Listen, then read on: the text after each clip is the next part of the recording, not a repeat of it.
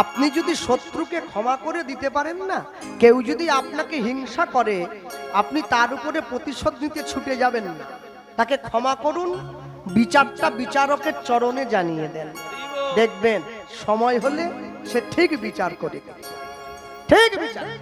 যে লোকটা মদ খেয়ে রাস্তায় মাতাল হয়ে পড়ে আছে ওকে কেউ টোন টিটকিরি কাটে না, ও তো পড়েই আছে, টোন করে কি হবে? কিন্তু যে লোকটা নামের মালা হাতে নিয়ে কপালে তিলক নিয়ে হেঁটে চলে যাচ্ছে ওকে সবাই টোন করছে, কেন বলুন তো? কেন জানেন? হাতি যখন চলে যায় কুকুরগুলো বড্ড ঘেউ করে। হাতি বলে তুমি আমাকে ঘেউ করছো কেন? কুকুর বলে তুমি এত বড় কেন?